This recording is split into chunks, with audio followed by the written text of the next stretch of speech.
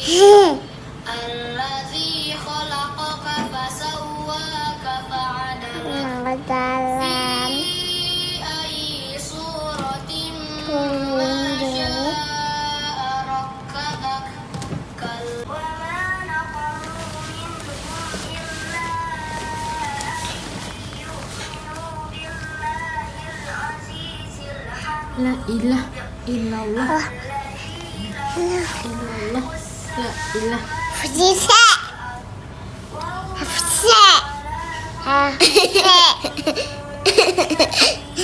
Ilah illallah.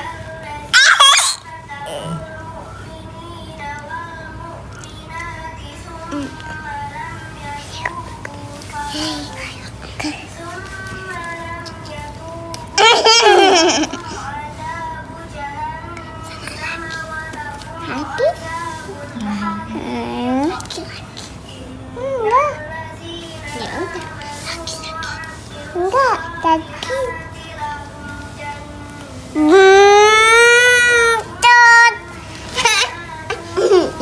ayah.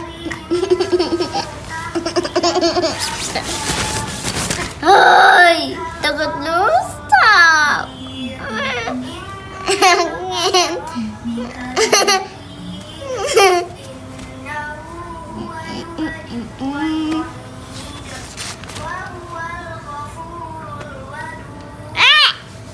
Ada.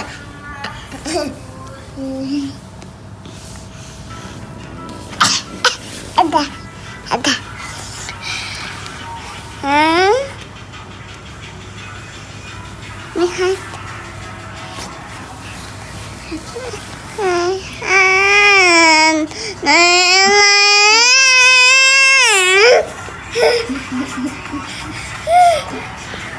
Bismillahirrahmanirrahim. Alhamdulillahirabbil alamin.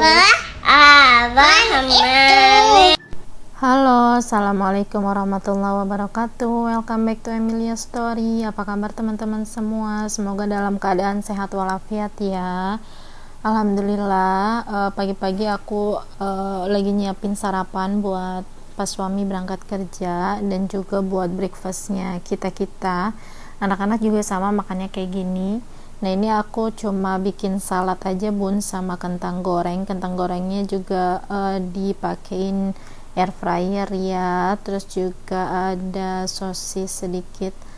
Nah, setibanya siang hari atau sekitar jam berapa ya tadi aku lupa, mereka ada latihan apa ini namanya, yang untuk acara kemerdekaannya Uni Emirat itu loh bun, yang seperti biasa, yang seperti aku bilang di video aku kemarin, mereka selalu ngadain latihan karena mereka akan mempertunjukkan aksi dari pesawat tempur mereka yang akan melanglang buana di langit UAE pada saat peringatan hari kemerdekaannya Uni Arab Emirates. Dan juga mereka akan membentuk formasi seperti warna benderanya Uni Arab Emirates ya bun. Seperti apa keseruannya ya, nanti kita lihat aja pas hari kemerdekaannya, karena memang di sini aku cuma lihat sepotong-potong aja. Biasanya itu akan terlihat bagus dari daerah Corniche Beach ya, atau memang pusatnya tempat kayak buat bagusnya nonton atraksi ini tuh di Corniche Beach gitu bun. Nah, dari rumah aku ini sekitar 20 menit kira-kira ya, tapi aku biasanya juga nggak pernah ke sana sih, karena memang pada saat itu pasti akan crowd banget, banyak banget penontonnya gitu.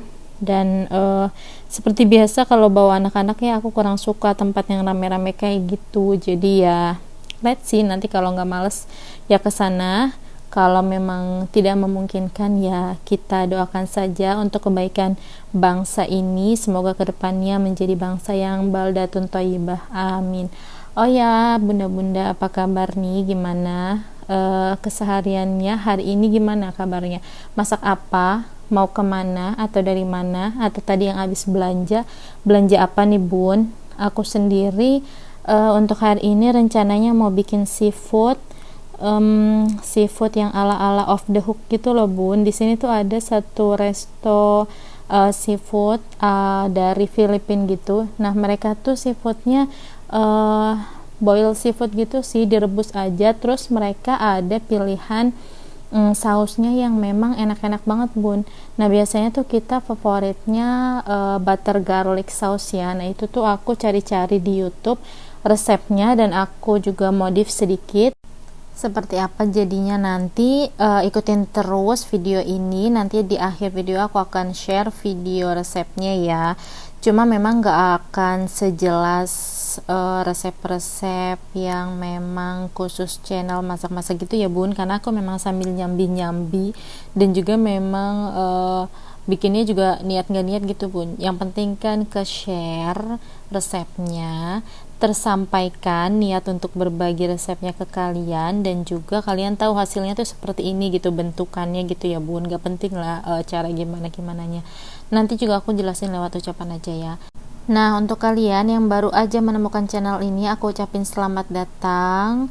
ke channel aku. Perkenalkan, aku Emil, aku ibu dari 2 orang anak. Aku menikah dengan WNA dan menetap saat ini di Abu Dhabi, Uni Arab Emirates. Di mana sih itu, Bun? Masih di negeri Arab ya, Bun, di Timur Tengah, di Persatuan Negeri Arab. Pokoknya tetanggaan sama Saudi, sama Qatar, sama apalagi tuh, Oman. Pokoknya kita tetanggaan sekitaran situlah, Bun ya. Dan biasanya juga kalian kalau nemuin jamaah umroh tuh banyak banget yang kadang transit di Abu Dhabi atau umroh plus Dubai gitu kan, Bun ya. Nah, karena memang kita tetanggaan tuh, Bun, sama Saudi. Nah, oke, ini di sore hari kayak gini biasanya orang-orang pada keluar bermain-main, dan kita memutuskan untuk tidak keluar karena memang kakak Aira lagi kurang enak badan. Minta doanya ya, semoga lekas sembuh. Dan kita ngeliatin orang-orang aja dari atas, dari luar, dari jendela gitu ya, Bun. Di sini ada yang main skuter, ada juga yang main mobil-mobilan, bukan mobil-mobilan sih, motor, kayak motor gunung gitu ya, Bun. Kayak apa sih bentuknya nih, sebentar lagi nah kayak gini ya, Bun. Ini apa nih namanya, dia kayak motor cuma rodanya 4 gitu ya, Bun. Ini tuh nenisnya main sama anak asuhnya gitu. Ini mungkin orang Arab sih, kayaknya ya, anaknya orang Arab, cuma aku nggak kenal, cuma memang aku sering lihat kayaknya tetangga 3 rumah setelah aku deh gitu. Cuma memang kita nggak kenal, Bun, seperti biasa yang aku udah jelasin di video-video sebelumnya ya.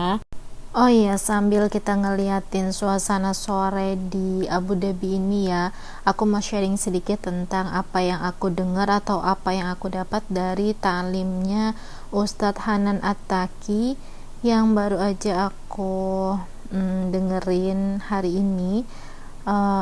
Yaitu beliau bercerita tentang kisahnya Sayyidah Fatimah Az-Zahra binti Rasulullah, yang saat itu pada masanya saat beliau sudah menikah dengan Sayyidina Ali, beliau itu mengurus semua urusan rumah tangga sendiri, dari mulai bikin tepung gandum pakai tangannya, bukan pakai mesin atau apa ya, jadi numbuk sendiri pakai tangannya, sampai di satu riwayat itu dibilang tangannya Sayyidah Fatimah itu sampai kasar banget gitu kan. Terus juga beliau mengambil air sendiri. Nah, mengambil air pada masanya itu beliau harus jalan keluar rumah yang agak jauh juga gitu kan. Terus harus menimba airnya sendiri, terus juga harus membawanya ke rumah berat-berat gitu kan. Terus juga beliau harus mengurus anak-anak, beliau juga harus mengurusi keadaan rumah, membersihkan rumah gitu. Nah, saat itu tuh Sayyidina Ali melihat istrinya kasihan gitu kan. Nah, singkat cerita, ada 2 kisah yang memang ada dijelasin sama beberapa ustadz. Kalau yang hari ini aku dengar dari Ustadz Hanan Attaqi itu ya, beliau bilang bahwa ada banyak budak yang datang ke Masjid Nabawi untuk berkhidmat kepada Rasul, dan dengan kata lain Rasul memiliki banyak budak. Nah, Sayyidina Ali bilang ke Sayyidah Fatimah, cobalah engkau datang kepada ayahmu dan mintalah 1 orang budak untuk membantumu melakukan pekerjaan sehari-hari. Nah, kemudian Sayyidah Fatimah pun mendatangi Rasulullah ke rumahnya. Dilihat dari kejauhan, di rumah Rasul itu sedang banyak tamu, dan karena memang Rasulullah sering banyak menerima tamu untuk ya musyawarah atau mengadukan sesuatu hal atau bertanya kepada Rasul ataupun tentang hal-hal yang lainnya gitu ya. Nah, karena Sayyidah Fatimah ini kurang enak untuk mengganggu Rasulullah gitu, atau beliau juga malu gitu, jadi ya udah beliau mengurungkan niatnya untuk bertemu Rasulullah dan beliau pun kembali ke rumahnya. Nah, padahal di situ tuh Rasulullahnya juga udah melihat putrinya itu datang, cuma nggak sampai masuk. Ada apa gitu kan? Cuma beliau juga nggak enak sama tamu-tamunya. Jadi keesokan harinya beliau mendatangi rumah Sayyidah Fatimah berserta Sayyidina Ali, dan kemudian beliau bertanya, wahai putriku, kenapa kemarin engkau mendatangi rumahku dan tidak masuk? Ada apakah gerangan gitu kan? Terus Sayyidah Fatimah itu malu, nunduk aja gitu kan. Akhirnya yang menjelaskan itu Sayyidina Ali bilang, wahai Rasulullah, sebenarnya aku ini melihat Fatimah terlalu banyak pekerjaannya, terlalu lelah gitu kan. beliau jelasinlah begini begini begini. Kemudian Rasulullah pun bertanya, wahai putriku Fatimah, maukah engkau aku beritahu sesuatu yang lebih baik daripada aku memberikanmu budak untuk membantumu meringankan pekerjaanmu sehari-hari. Kemudian dengan antusiasnya putri Rasulullah pun menjawab, apakah itu ayah, gitu kan. Kemudian Rasul pun menjawab, bacalah pada malam hari setelah kamu selesai semua dengan urusan pekerjaan rumahmu itu, setelah kamu berbaring di tempat tidurmu, bacalah tasbih sebanyak 33 kali, kemudian bacalah tahmid sebanyak 33 kali, kemudian bacalah takbir sebanyak 34 kali. Maka dengan itu Allah akan memberikan kebaikan melebihi dengan kebaikan jika aku memberikanmu seorang budak untuk membantu pekerjaanmu sehari-hari. Maka putri Rasulullah mendengar hal itu pun beliau berkata, jika memang Allah dan Rasulnya ridho dengan hal itu, maka aku pun ridho. Dan beliau pun mulai saat itu beliau mengamalkan nasihat dari ayahandanya itu. Nah, apa sih yang bisa kita petik gitu kan, kenapa dan apa hubungannya dengan meminta seorang pembantu lah gitu ya, bahasa kasarnya, dengan malah dikasih wejangan untuk berzikir setelah kita melakukan semua aktivitas atau sebelum kita tidur. Nah, ternyata teman-teman, dari penjelasannya Ustadz Hanan Ataki itu ya, beliau menjelaskan bahwa di sebalik zikir itu ada kandungan yang memang kita harus paham betul tentang makna subhanallah itu sendiri adalah mengagungkan Allah, bahwa tidak ada Tuhan yang wajib disembah dan maha suci Allah dari segala macam apa yang dipersekutukan dengannya. Dan juga di kalimat tahmid alhamdulillah itu semua mencakup tentang syukur kita terhadap semua nikmat yang telah Allah berikan, syukur kita tentang berbagai macam nikmat yang sebenarnya lebih besar daripada apa yang harus kita tanggung sehari-harinya, yang kita pikir itu adalah beban untuk kita gitu ya. Nah, kemudian di kalimat terakhirnya, di kalimat Allahu Akbarnya itu mengagungkan Allah. Allah itu maha besar, Allah itu pasti memberikan kita cobaan atau memberikan kita jalan hidup sesuai dengan apa yang memang kita mampu lalui gitu kan. Jadi bukan tentang kalau kita ada masalah gitu, bukan tentang bagaimana kita meminta masalah itu dimudahkan atau diperkecil supaya kita bisa menjalaninya atau melewatinya dengan baik, melainkan harusnya kita itu mencarger kekuatan kita agar kita mampu melewati setiap harinya apapun beban yang diberikan Allah kepada kita. Kita jadi akan mensyukuri itu semua sebagai nikmat karena Allah telah memberikan hal itu atau memberikan amanah itu kepada kita, dan dengan zikir itu Allah akan menguatkan kita. Dengan zikir itu kita akan lebih lapang, dengan zikir itu kita akan lebih legowo untuk menjalani setiap hari apapun rintangan dan apapun yang menjadi beban kita atau tugas kita sebenarnya ya. Nah, oke teman-teman, sekian dulu untuk cerita tentang Sayyidah Fatimah Az-Zahra dengan petuahnya dari Rasulullah. Dan sekarang aku mau ajakin kalian untuk masak. Tadi kan aku udah bilang ya, aku mau masak seafood dengan garlic butter sauce seperti apa. Nah, kita lihat aja, check it out. Tapi sebelum itu, semoga kita bisa mengambil ibroh atau pelajaran dari kisah yang aku kisahkan tadi ya teman-teman.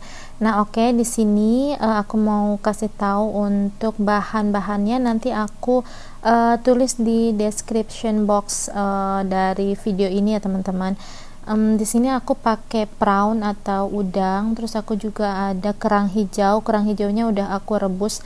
Nah, oke, pertama-tama panaskan minyak. Setelah itu kita masukkan bawang bombay yang sudah kita cincang halus, terus aduk sampai udah agak kecoklatan. Kemudian masukkan garlic atau bawang putih yang udah kita cacah-cacah kecil gitu ya, udah aku chop pakai blender gitu, chopper. Terus habis gitu kita aduk-aduk aja sampai merata. Kalau memang udah agak-agak layu gitu ya si bawang putihnya itu, nah aku masukin cabai bubuk karena memang aku nggak pakai cabai giling. Kalau kalian mau pakai cabai giling juga boleh. Kemudian diaduk-aduk aja terus. Setelah kurang lebih 2 menitan lah ya, campurin atau masukin tomat yang udah aku blender juga, jadi tomat saus gitu ya, tomat paste gitu ya. Masukin datu, terus diaduk-aduk rata sampai minyaknya keluar. Kemudian setelah minyaknya keluar, aku tambahin lada hitam bubuk, terus juga aku tambahin saus tiram. Terus aku juga tambahin saus sambal sama saus tomat, sesuai selera kalian aja, tapi aku pakai sedikit. Terus diaduk-aduk, kemudian aku campurin si jagung rebusnya ini sama udang yang udah aku rebus selama 2-3 menit.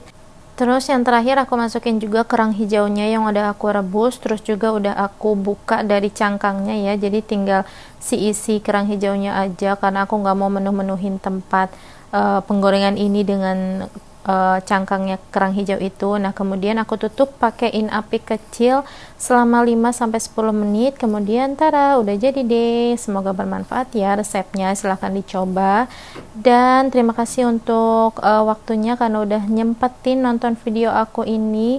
See you on next vlog. Wassalamualaikum warahmatullahi wabarakatuh. Jaga kesehatan ya teman-teman, jangan lupa beribadah, jangan lupa bersyukur, dan jangan lupa bahagia. Ya udah, terima kasih ya, bye.